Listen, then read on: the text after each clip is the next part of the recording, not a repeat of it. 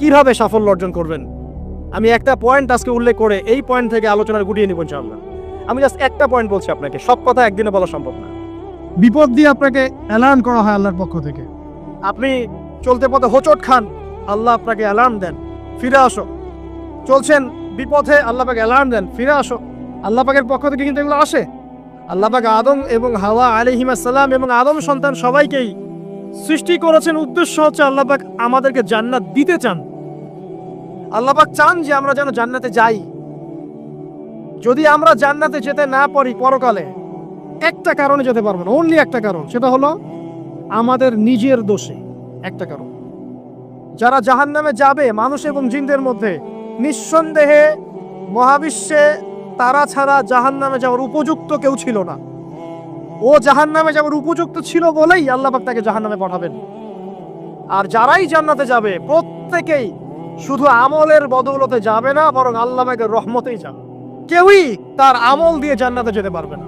নবী সাল্লাল্লাহু আলাইহি ওয়াসাল্লাম এমন ভাষ্য বলছেন, ইল্লা আনা, আমিও না, ইল্লা বিরহমাতিল্লাহ, আমিও নয়, তবে আল্লাহ পাকের দয়া আমাকে ঘিরে ধরবে।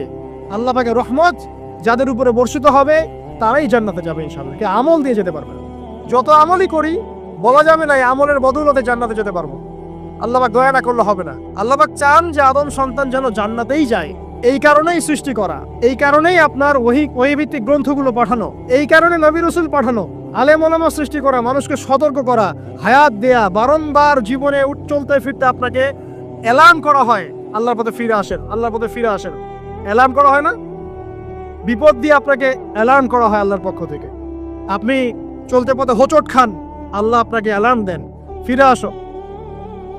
চলছেন বিপথে, আল্লাহ পাক অ্যালার্ম দেন, ফিরে আসো। আল্লাহ পাকের পক্ষ থেকে কিন্তু এগুলো আসে। অদ্ভুত একটা হাদিস বললাম, অদ্ভুত বলতে বলছি অ্যামেজিং হাদিস, যে একজন সাহাবী বলছেন, সালমান রাদিয়াল্লাহু আনহু, তিনি বলছেন যে যখন মুমিনের উপর বিপদ আপদ বালা মুসিবত আসে, তখন মুমিনের এই বিপদ আপদ বালা মুসিবত রোগ শোকের বদৌলতে আল্লাহ পাক তার গুনাহগুলোকে মাফ করে দেন এবং তার মর্যাদাকে বাড়িয়ে দেন, এবং সে আল্লাহর দিকে ফিরে আসার অনুশোচনা করার সুযোগ পায়। আর যখন কাফের মুশরিক বা ফাসিক মানুষকে এইসব রোগ ব্যাধি বিপদ আপদ বালা মুসিবত ঘিরে ধরে, তার দৃষ্টান্ত সেই উটের ন্যায় যে উটটাকে তার মালিক বেঁধে রেখেছে, এরপর ছেড়ে দিয়েছে। সে উটটা বুঝতেও পারলো না কেন তার মালিক তাকে বেঁধে রাখলো আর কেনই বা তাকে ছেড়ে দিল। কথাটা কি বুঝতে পারছেন? যারা আল্লাহ দ্রোহী, তাদের উপর যখন বিপদ আপদ বালা মুসিবত আসতে থাকে, তারা বুঝে না যে কি জন্য আসলো আর কেন চলে গেল। কিন্তু মুমিন ব্যক্তি যারা মুসলিম, আল্লাহর অনুগত, তাদের বিষয়টা হচ্ছে এমন বিপদ আপদ বালা মুসিবত রোগ ব্যাধি তাদেরকে আল্লাহর দিকে ফিরিয়ে নিয়ে আসবেন।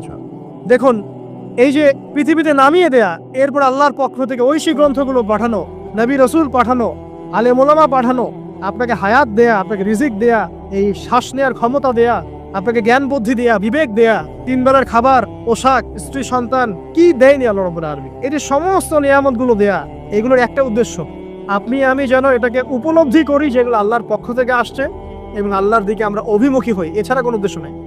সামনে যান, নূহ আলাইহিস সালাম, একদিন 2 দিনেই কি আল্লাহ পাক তার কওমকে ধ্বংস করে দিয়েছেন? 950টা বছর আল্লাহ রাব্বুল আলামিন সময় দিয়েছেন কওমকে, আল্লাহর দিকে ফিরে আসো, আল্লাহর দিকে ফিরে আসো। নবী দাওয়াত দিয়েছেন প্রায় 950 বছর।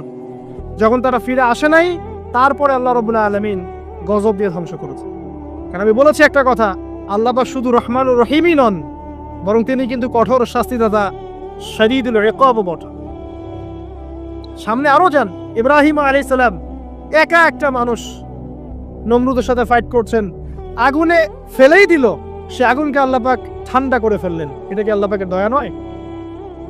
তার সন্তান ইসমাইলের কুরবানিটা দেখেন, আল্লাহ পাক বলেছেন কুরবানি করো, তিনি ডানে বামে প্রশ্ন করেন নাই। আমরা হলে প্রশ্ন করতাম, কেন করব? শিশু সন্তান, নিষ্পাপ, এটার কোনো যুক্তি আছে কিনা, লজিক আছে কিনা? তিনি কোনো লজিক দেখতে যাননি, আল্লাহ পাক বলেছেন, করেছেন।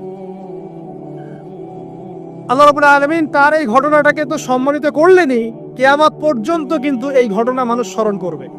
দয়া দেখেন, তার সন্তানের খাবার নাই, পানিও নাই, অলৌকিকভাবে আল্লাহ রাব্বুল আলামিন জামজাম কূপ সৃষ্টি করলেন, কিয়ামত পর্যন্ত থাকবে ইনশাআল্লাহ। দয়া নাই? এটা, এই কূপটা দেখলেই তো মুসলিম হওয়া যায়। এই জামজাম কূপটা দেখলেই তো মুসলিম হয়ে যাওয়া উচিত মানুষের। কোত্থেকে আসলো এই কূপ? এই পানির এত বৈশিষ্ট্য কেন? কখনো শেষ হচ্ছে না কেন? এটা নিয়ে ভাবলেই তো মুসলিম হওয়া যায়। হবে না, কারণ কি? আবা ওয়াস্তাকবার, উদ্ধত হয়েছে, অহংকার প্রদর্শন করছে। অহংকার মানে এই নয় যে আপনি সুন্দর জামা পরছেন, আপনি সুন্দর কাপড় পরছেন, আপনি ভালো একটা বাড়ি করেছেন, এটা অহংকারের পরিচয় নয়। বরং অহংকারের পরিচয় হচ্ছে বাতারুল হাক্কি ওয়া গামতুন নাস, সত্য জিনিস যেটা স্পষ্ট এটাকে অস্বীকার করা, আর অন্য মানুষকে ছোট করা, তুচ্ছ তাচ্ছিল্য করা, এই হলো অহংকারের পরিচয়। ইউনুস নবীর কথা মনে আছে আপনাদের? ওই যে মাছের পেটের মধ্যে 3 দিন 3 রাত ঘুরছে আর ঘুরছে, একজন নবী হয়ে তাকে এই অবস্থা ফেস করতে হচ্ছে। এক পর্যায়ে তিনি বুঝতে পারছেন যে আমার কিছু একটা তো ভুল হয়েছে। আল্লাহর কাছে হাত তুলে দোয়া করলেন, লা ইলাহা ইল্লা আনতা সুবহানাকা ইন্নী কুনতু মিনাজ জালিমিন। দোয়ার পড়ার সাথে সাথে আল্লাহ পাক বললেন, যাও মাছ তুমি রেখে চলে আসো। এটা কি দয়ার নিদর্শন নয়? শুধু তাই নয়, তাকে যখন দ্বীপে নামিয়ে দেওয়া হয় তিনি অসুস্থ ছিলেন। আল্লাহ পাক সূরা সফফাতের মধ্যে বলেছেন যে আমি তার পাশে লাউ গাছ উৎপন্ন করলাম। কোন গাছ? খেতে পারেন, এর শাক এবং এই যে ফল